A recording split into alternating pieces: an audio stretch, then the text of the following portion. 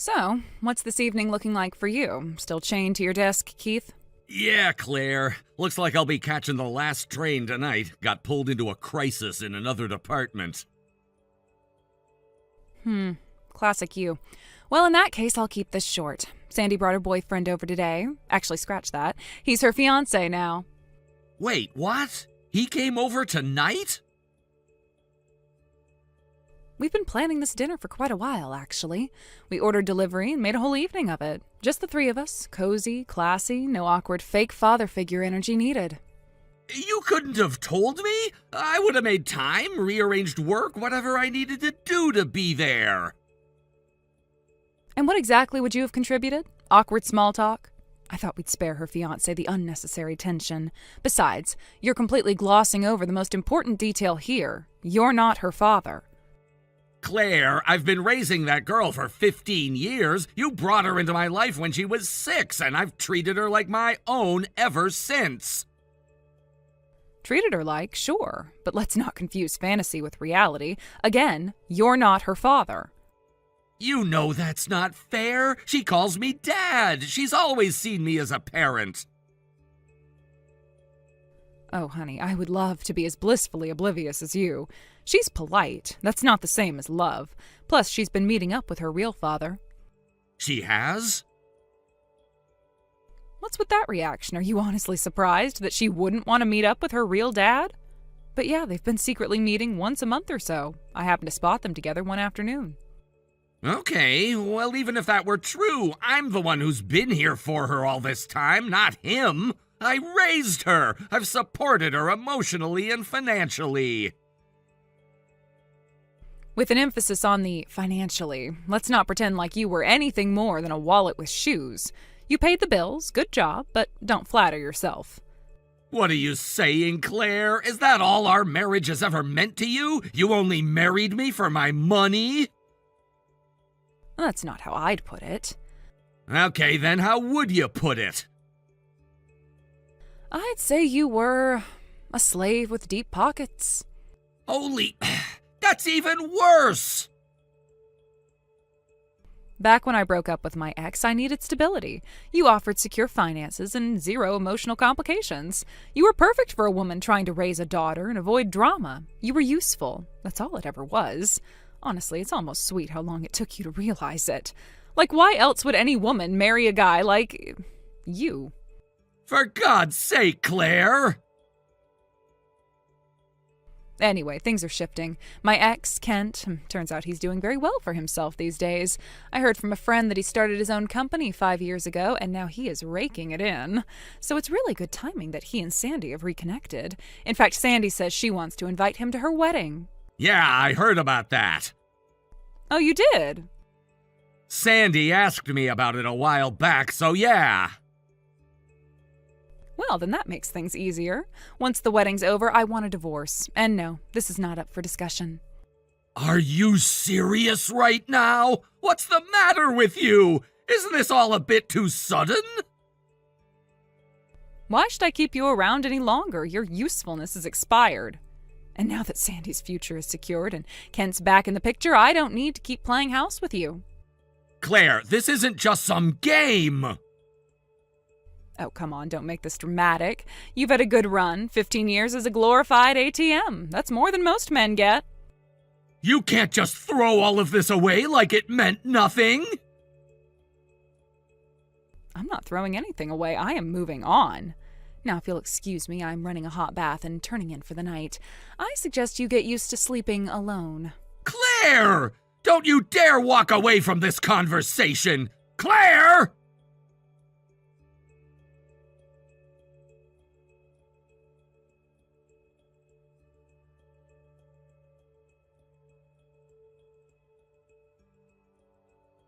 Hey, Sandy, you busy?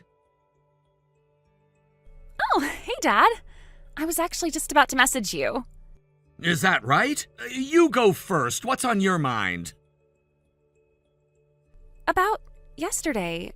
I brought my fiancé over just like I said I would, but you didn't come. I don't get it. What's up with you?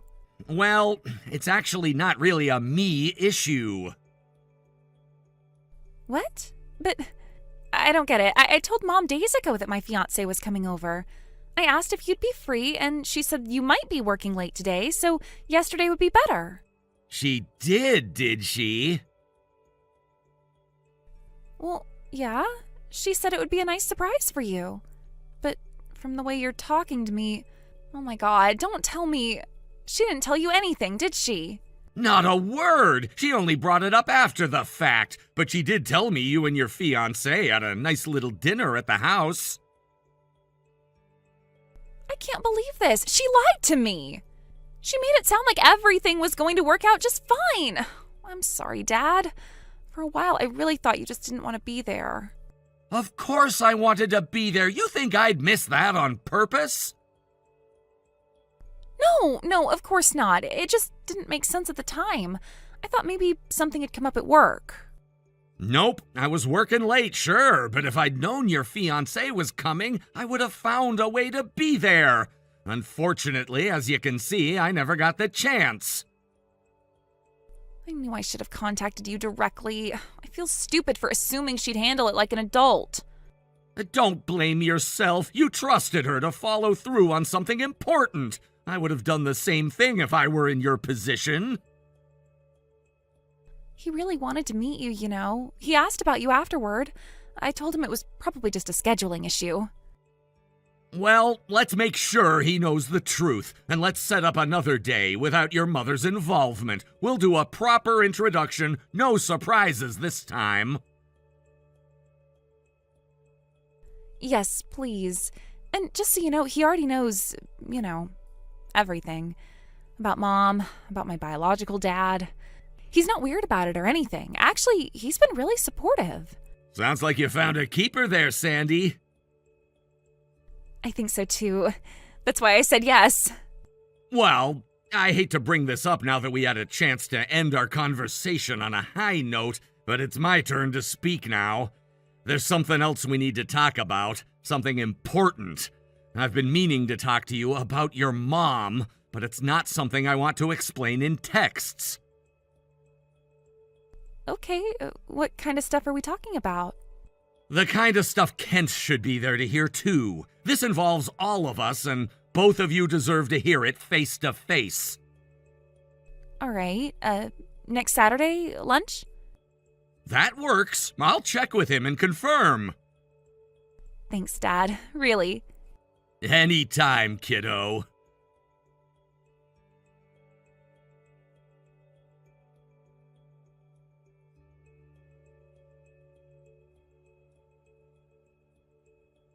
Hey, thanks for organizing everything for today, Dad.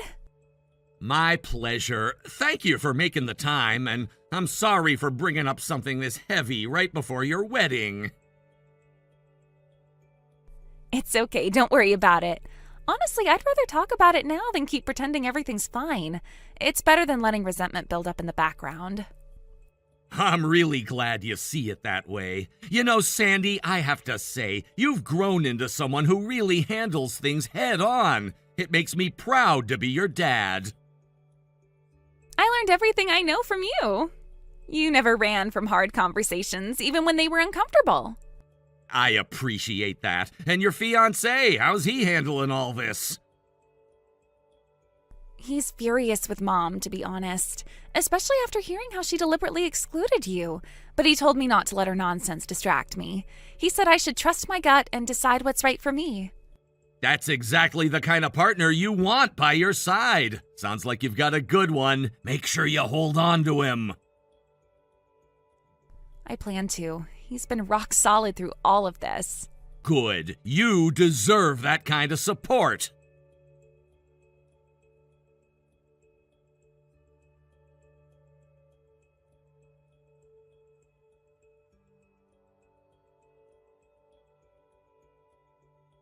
I can't believe it. Sandy's big day is finally here. Honestly, I feel like I can finally breathe again. Now we can finally put all that planning and stress behind us. And with our divorce finalized, this is the perfect time to, reevaluate my future. Kent and I have a lot of history, and now that I'm single again, I'd say there's a decent chance we could pick things up where we left off. You'll be happy to know you won't need to wait. I already submitted the divorce papers. Oh, really?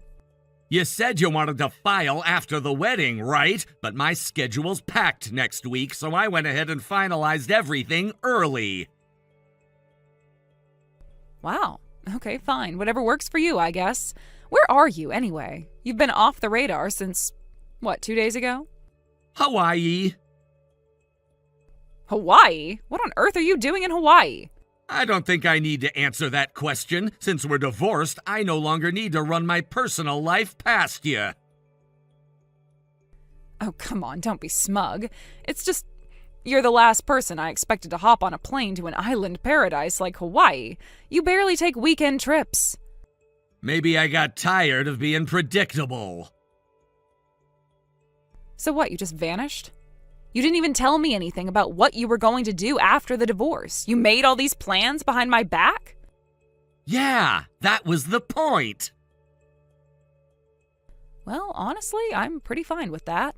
At least we're not dragging this out. I was half expecting you to get clingy about the house or the paperwork. We both know neither of us wants a long, drawn-out mess. Exactly. So, since we're officially done now, I suppose I should do this properly. Thank you for being my obedient little ATM for all these years. You paid the bills, played the part, and now you're free. This must be liberating for you, right? You're welcome, Claire.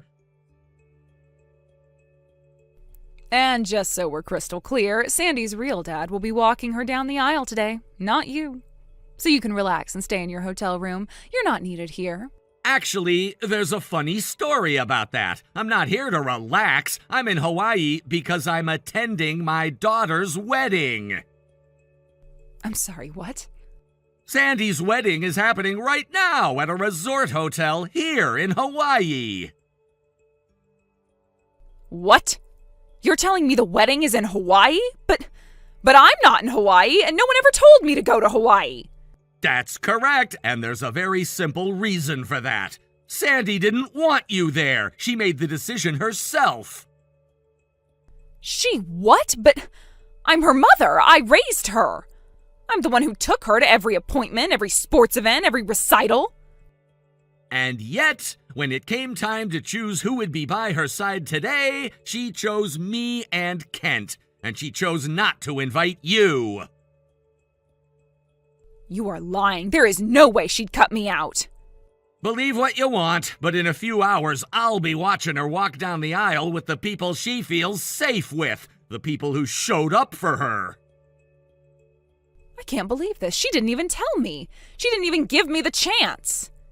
She gave you 15 years. You used them to lie, manipulate, and belittle the people who cared about her. Eventually, she got tired of pretending you were someone she needed. This isn't fair. Considering everything you've done to her, it's actually totally fair. But regardless, it's real. Deal with it. Goodbye, Claire.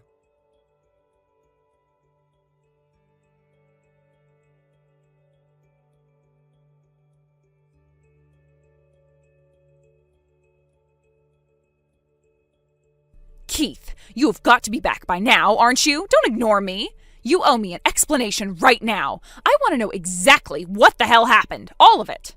Fair enough. Since we're divorced now, I guess it's finally time I told you everything I've been holding back on. What is that supposed to mean? What have you been holding back on? You've been keeping secrets from me? You are in no position to chastise me for keeping secrets, but we'll come back to that later. The truth is, I was the one who helped Sandy reconnect with Kent. What?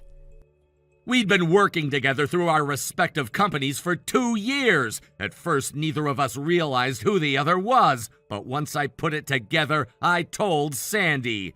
She said she wanted to meet him, so I gave her his contact information. The rest was her decision. You didn't tell me any of this. You went behind my back with my daughter? Don't talk to me like I handed your infant child a lollipop to lure her into a van. Sandy's an adult now. She can make her own decisions about her present, future, and past. And frankly, I didn't trust you to handle the issue responsibly.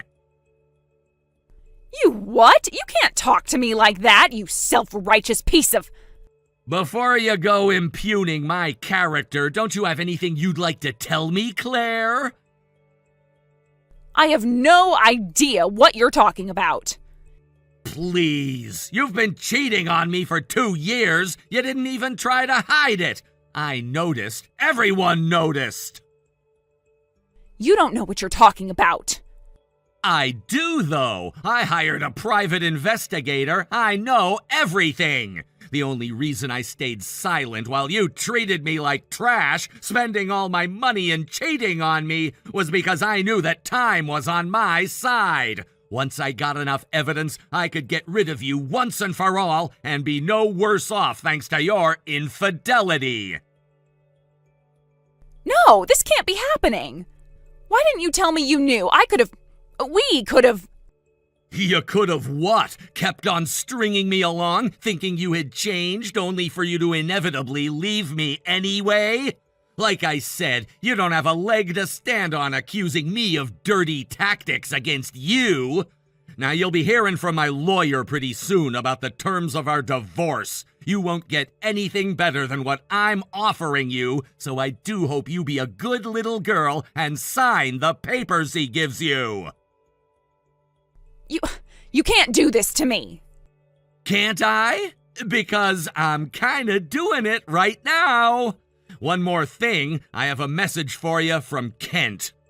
We broke up because you cheated on me. What made you think you'd have a chance at getting back together with me? If you really thought you had a chance, go see a shrink pronto.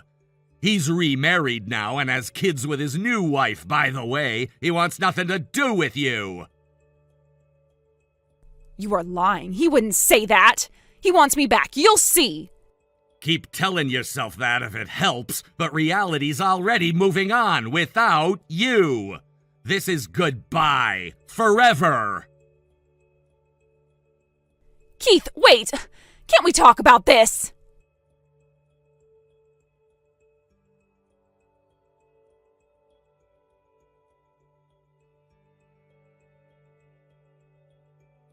Claire didn't give up, even after that. The first thing she did was call Sandy, probably hoping for sympathy or a second chance, but her fiancé answered instead. He kept his voice calm, but made it clear Claire wasn't welcome in their lives, and she should never contact them again. Having alienated both of her ex-husbands and her own daughter, plus her parents being long dead, Claire had no one left.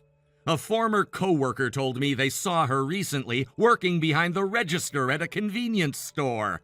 Said she looked worn down and exhausted, constantly getting barked at by teenage part-timers. She spent 15 years doing whatever she wanted, calling the shots while I paid the bills. Now she's just a faded memory. A woman with no place to go, no one to lean on, and nothing left to manipulate. Thank you for watching. Please subscribe and hit the like button. See you next time.